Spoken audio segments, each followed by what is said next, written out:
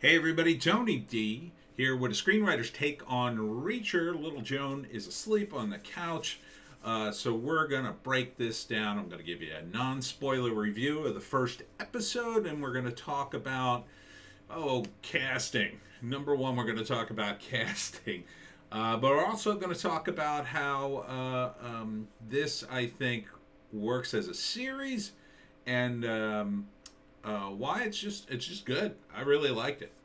Smash like and subscribe. Thank you for smash liking and subscribing. Please check out my books. Links are in the description. Comedy Horror in South Jersey. It's the Pineys, books 1 through 7. Available here on Amazon. Kindle Unlimited is free. Reacher is also an Amazon original. The lead is Alan Ritchson, and he's just a beast, man. He is Reacher. And there were articles about him replacing Tom Cruise, and it's just one simple reason. I don't know. I called this up because they had their pictures side by side. The Hindustan Times. I don't know what that is. But Alan Richardson is an absolute beast. I mean, he's huge. And that was the character of Jack Reacher. He's a giant man. And Tom Cruise, no shade on Tom Cruise, but Tom Cruise playing Reacher, I mean, you might as well get Peter Dinklage to play Reacher. He's just not tall enough. He's just not big enough. Maybe if Tom Cruise was 6 foot instead of 5 foot, whatever he is. What is Tom Cruise, about 5'6"? He and Richardson, he's a beast, man. I mean, he's all pumped up. Look, there's only so much acting you can do. There's only so much acting. You know, I would love to play the lead in a coming of age movie in high school, but I can't do it. I'm 55 and I got gray hair. I mean, all the makeup in the world's not going to do it. I can't play a kid anymore. Tom Cruise is too small. He's too short. He's not bulked up enough. He's a great actor. You put him in almost any role. But he can't play Jack Reacher any more than he can play the dwarves in Snow White or Kareem Abdul-Jabbar. It's just the physicality. And the physicality of Reacher is part of the character. When Reacher comes into a room, he's fearsome. They're afraid of him. In this opening scene, they establish that. They arrest Reacher, and the cops are afraid of him, and they got their guns pointed out, and it's a kind of an intense scene. He's just monstrous. When he goes into town, here he is breaking his zip ties. When he goes into town, people look at him like, whoa, look at that guy. They comment on his immense size. They can't find clothes for him to fit. When he's in jail, his feet stick off the edge. And and Cruise, mentally, he can be Reacher. He absolutely can be, because Reacher is an overachiever. He really is. Cruise fits that mentally. He's just not physically there. So it's a shame. I mean, I love Tom Cruise. I love most of his movies, except the Mission Impossible movies, which I could take or leave.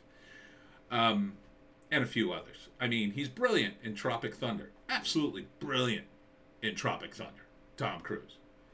But he's just not made for this role. Alan Ritchson, on the other hand, he is made for this role. Can he act as good as Tom Cruise? He's pretty decent. I'll tell you that. He's pretty good. They're cranking out these giants who can act. You got Thor. He's pretty good. Thor is pretty good. And this guy is at least as good as Thor.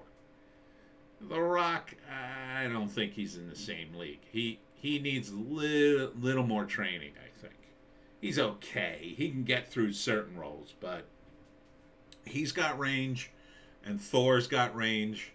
Hemsworth, I couldn't think of his name for a second. Now, let's get into the actual story here. I don't want to break it down too much. First, let me give you the non-spoiler review.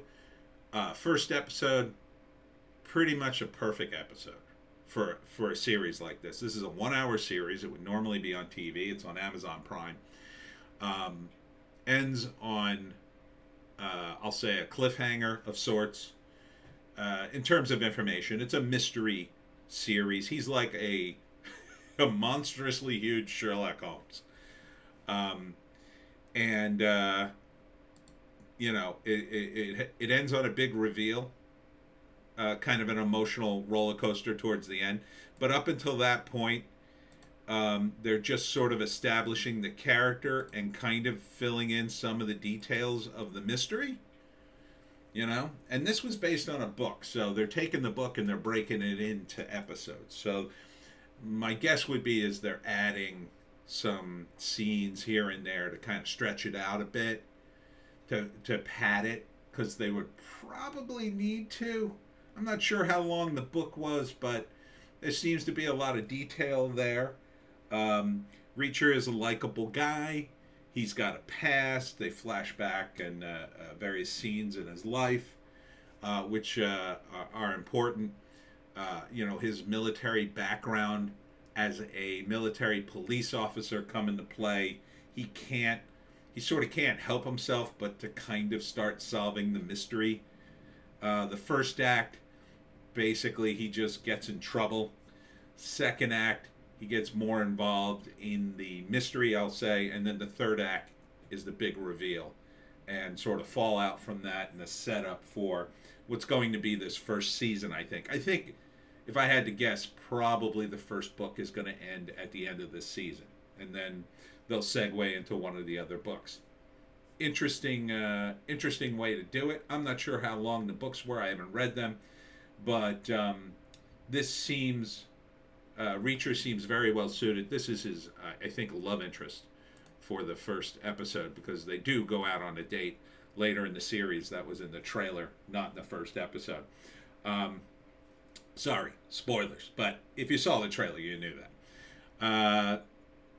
So it's really good. I think I'm going to watch the whole thing. I really enjoyed it. So I'm kind of psyched for this. There's some action in it, which is pretty intense, and to watch Reacher just clobber guys is kind of awesome. Kind of awesome that he's a big guy and he can solve mysteries. So he's kind of like a heroic figure in that sense. Not totally heroic going into this, but the motivation unfolds as the series goes on. But before I get into another spoiler, let's end the non-spoiler review. Go watch it if you want to watch it without any spoilers. I think it's worth seeing. It's on Amazon Prime. If you have Amazon Prime, it's free. Otherwise, you gotta pay for an episode or whatever it is.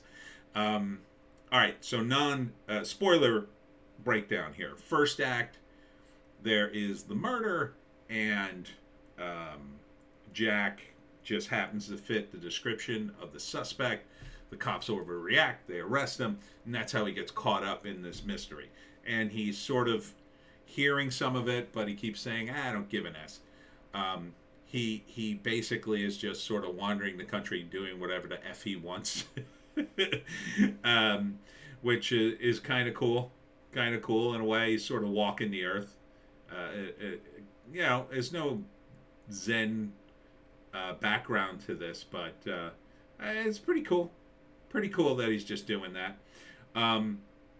The second act is more about the mystery, how he gets caught up in it, and guys try to kill him in prison when the cops throw him in the prison, and he gets information from the guy he's sort of protecting because he is a nice guy. Then the cop, of course, invites him out to dinner when he gets out, and then at the end we get the big reveal. Big spoiler here. Big spoiler. If you're going to watch the episode, don't listen to this if you want to see it. Of course, he finally they're talking to the coroner about the second body, and then he's seeing the first body and hearing the traits of that body, realizes that he knows who it is, and they open the drawer and it's his brother. So that's sort of a big shocker. I hope they're going to explain why him and his brother were both in the same town when his brother's murder happened, or that he was in town to find his brother. That's what I suspect. I suspect they're going to reveal that he was actually in town to find his brother and was looking for him. Maybe. I don't know. He's very I'll tell you this. Reacher knows how to be arrested. When you get arrested, don't say anything. You can confirm your name and ID and whatnot, but don't say anything. Guy knows the law, so he's a bit of a libertarian. I enjoyed that where he gets thrown into prison, but he basically tells the guard that what he's doing is an attempted illegal search, and then he's such a big guy. He goes, "Well, if you want to attempt it and think you could do it without getting hurt, go ahead, or you could just check the box." And then the guy just checks the box. It's a great moment. The guy is he's really using his natural bigness in the character. And I think from everything I've heard about the book, and I've talked to some of the fans in the YouTube comments about the book, and when the movie came out, I talked to some people who had read the book. It seems like, yeah, this is the character. This is what it was all about. This monster of a man who solves mysteries. He should be Batman. I mean, that's what eventually Batman became. Eventually they started making Batman in the comics like this. A monstrously huge, muscle-bound guy who's still the world's greatest detective. So maybe we'll see Richardson play Batman downstream. He would be a good Batman. He's got the chin for it, absolutely. Dye his hair black. That's about all you need. You just keep those abs. Keep doing those sit-ups, bro. So yeah, I'm all in on this series. I'm all in. I'm going to give the trailer an upvote, which I didn't before. But the series, fantastic. I really enjoyed it. The music's great. Playing like Stones, super early, like late 70s Stones for some of the songs. And, he's into the blues, so you get a little blues. You get that whole southern mystery flavor, corrupt town, guy comes in, has to solve the mystery, only he won't be pushed around. And, the motivation seems good. I like that. And, man, that cliffhanger, that last line, what a way to end it. What a way to end it. The author, I believe, wrote the screenplay. At least for this first episode. So he's heavily involved in this. So he knows what he's doing. And that makes it even more authentic. So if they had to add any scenes, perfect guy to add the scenes. If they take the Pineys and turn it into a TV show or movie or whatever, and they come to me and they say, well, we're going to take the first book and stretch it out over a season, that would be a little much. But because they're only novellas. They're really one episode a book. But anyhow, if they told me they needed an extra scene, it would be easy for me. Oh yeah, I could write an extra scene with the Pineys doing something because I know the characters, and that would come off as 100% authentic because I'm the creator. Same thing here. He can write an extra scene between these two that maybe wasn't in the book, or extend one that was there, but maybe it was only a couple of lines, like, oh, she asked him out to dinner, but he can write the dialogue. He knows the characters, so it's authentic, and it really comes off as authentic. I know I'm kind of gushing over it, but I was surprised how much I enjoyed the show. I mean, I thought I would like it, but I wasn't like, oh man. I got to the end of this, and I was like, oh man, I got to watch the rest of this. I want to see how the mystery unfolds. Now, I like mystery shows. I think they're fun. I don't think this was the movie that Tom Cruise did. Although I kind of remember the beginning of the Tom Cruise thing taking place in a diner. It may have ended with this mystery and then starting with the next one. So maybe that was an allusion to the previous book. But yeah, I think this is going to be a really good series. I think this is going to be worth watching. Not woke at all. Not seeing any woke crap in here. Thank God. because he's a military brat, and he's a military guy. I mean, there's no room in that for wokeness, despite what's happening now, seemingly in the actual army. This was written prior to that, and because the author's involved, I don't think he's going to let any of that crap creep in. Nothing to apologize for here. Solid writing, solid scenes. Each one goes into the next.